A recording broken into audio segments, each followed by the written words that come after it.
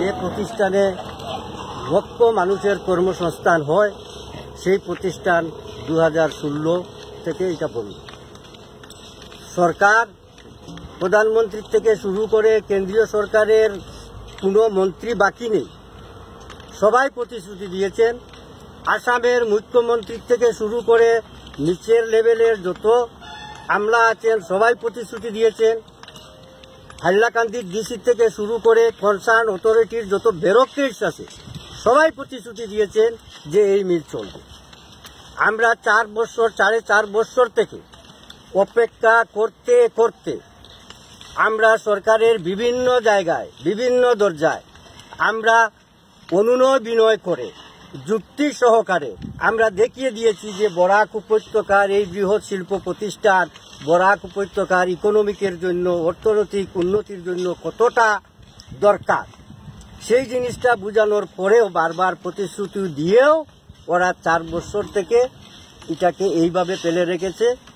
তাই আমরা বাধ্য হয়ে বরাক উপত্যকার জনসাধারণকে অবগত করানোর জন্য যে এই বৃহৎ শিল্প প্রতিষ্ঠান কতটা গুরুত্বপূর্ণ কর্মসংস্থানের জন্য, আর্থিক উন্নতির জন্য, তাই আমরা প্রতিবাদ করছি, যাহাতে বরাক উপত্যকার জনসাধারণরাও যেন উনাদের রেসপেক্টিভ পলিটিক্যাল লিডার যারা আছে উনাদেরকে প্রেসারাইজ করেন যে আপনারা বরাক উপত্যকার উন্নতির স্বার্থে, জনসাধারণের এবং সামাজিক উন্নতির স্বার্থে এই বৃহৎ শিল্প প্রতিষ্ঠানকে আপনারা পুনরুজ্জীবিত করার চেষ্টা করুন এবং ওটা যেন করা হয়।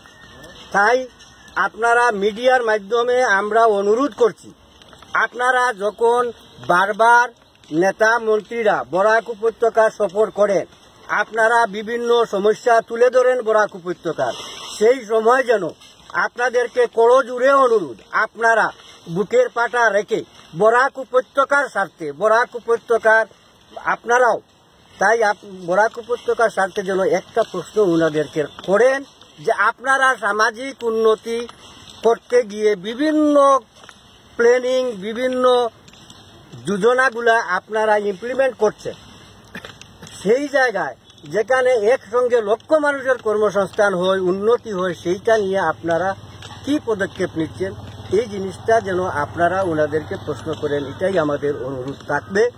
এবং আমরা মনে হয় বরাক উপত্যকার প্রতিটি মানুষকেও আমরা অনুরোধ করছি, আপনারা প্রত্যেকে যার যারই লেভেলে ওনাদের নেতাদেরকে যেন প্রশ্ন করেন যে বরাক উপত্যকার এই কাগজ শিল্প নিয়ে আপনাদের প্ল্যান কি এবং কি পদক্ষেপ নিচ্ছেন আগামী।